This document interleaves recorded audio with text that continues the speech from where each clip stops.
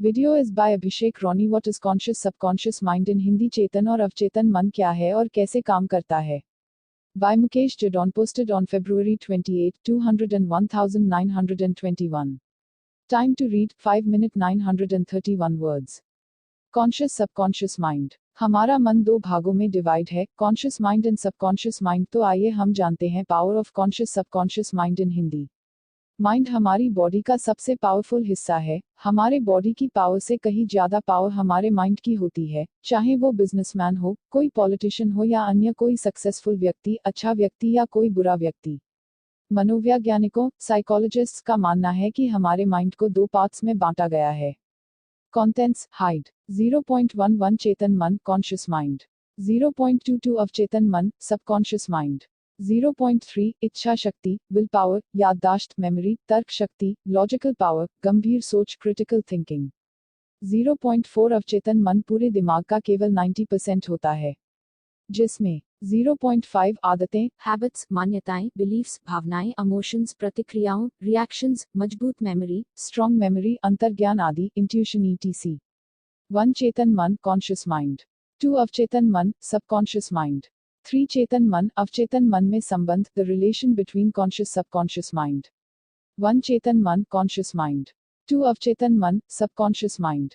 चेतन मन पूरे दिमाग का केवल 10% होता है, जिसमें इच्छा शक्ति विल पावर याददाश्त मेमोरी तर्क शक्ति लॉजिकल पावर गंभीर सोच क्रिटिकल थिंकिंग होते हैं। अवचेतन मन पूरे दिमाग का केवल 90% होता है, जिसमें आदतें हैबिट्स मान्यताएं बिलीफ्स भावनाएं इमोशंस प्रतिक्रियाओं रिएक्शंस मजबूत मेमोरी स्ट्रॉन्ग मेमोरी अंतर्ज्ञान आदि इंट्यूशन etc. होते हैं। ऑल्सो रीड मानव शरीर के बारे में 100 अद्भुत एवं रोचक तथ्य amazing facts about the human body. चेतन मन कॉन्शियस माइंड। चेतन मन एक्टिव माइंड होता है। हमसे जो भी बात कही जाती है या हमें बताई जाती है, तो हमारा जो भी रिएक्शन होता है वो हमारे कॉन्शियस माइंड के कारण ही होता है। जब कोई काम पहली बार करते हैं तो उस काम को पूरे ध्यान से करते हैं। जैसे आप अगर कार चलाना जानते हैं तो जब आप पहली बार ड्राइविंग सीख रहे होते हैं तो काफी डरे हुए होते हैं। कब गियर बदलना है, कब क्लीशे दावना है और कब ब्रेक लगाने हैं। हमारा पूरा फोकस कार चलाने के मूवमेंट पर होता है।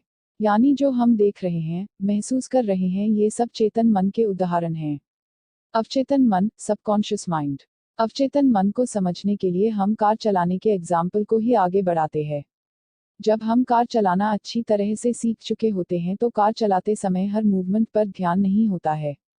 जब ब्रेक लगाने होते हैं तो हम ब्रेक लगा देते हैं, उस चीज को नोटिस नहीं करते। ये सब एक तरह से ऑटोमेटिक होता जाता है। कार चलते हुए हम फोन पर बात करते हैं, बगल वाले व्यक्ति से बात करते हैं, साथ साथ ब्रेक लगाते हैं, गियर बदलते हैं। ये सब स्वतः ही हमारे द्वारा हो जाता है क्योंकि ये हमारी हैबिट बन जाती है और हैबिट हमारे सबकॉन्शियस माइंड के कारण ही होती है। जैसे खाना खाने की आदत, अगर हम अंधेरे में भी कुछ खाएं तो वो हमारे मुंह में ही जाएगा, नाक में नहीं। अवचेतन मन जब किसी चीज को मान लेता है, जैसे अवचेतन मन ने मान लिया कि आपने कार चलना सीख लिया है, तो आप बिना डरे कार चलाते हैं। जब हमारा अवचेतन मन किसी चीज को मान लेता है तो वो उस बात को रियलिटी में ढाल लेता है। यही तो सबकॉन्शियस माइंड की पावर है। चाहे वो चीज हमारे लिए अच्छी हो या बुरी, कोई फर्क नहीं पड़ता। ये भी पढ़ें, आपको कौन रोक रहा है। Hindi motivational story on positivity. चेतन मन अवचेतन मन में संबंध the relation between conscious subconscious mind. जब पहली बार कोई घटना वाक्य या कोई बात होती है या बताई जाती है तो सबसे पहले उसका सामना कॉन्शियस माइंड से होता है, और जब कॉन्शियस माइंड उस बात को स्वीकार कर लेता है, चाहे वो बात नेगेटिव हो या पॉजिटिव, सच्ची हो झूठी हो, ये बात सबकॉन्शियस माइंड में चली जाती है और सबकॉन्शियस माइंड बिना किसी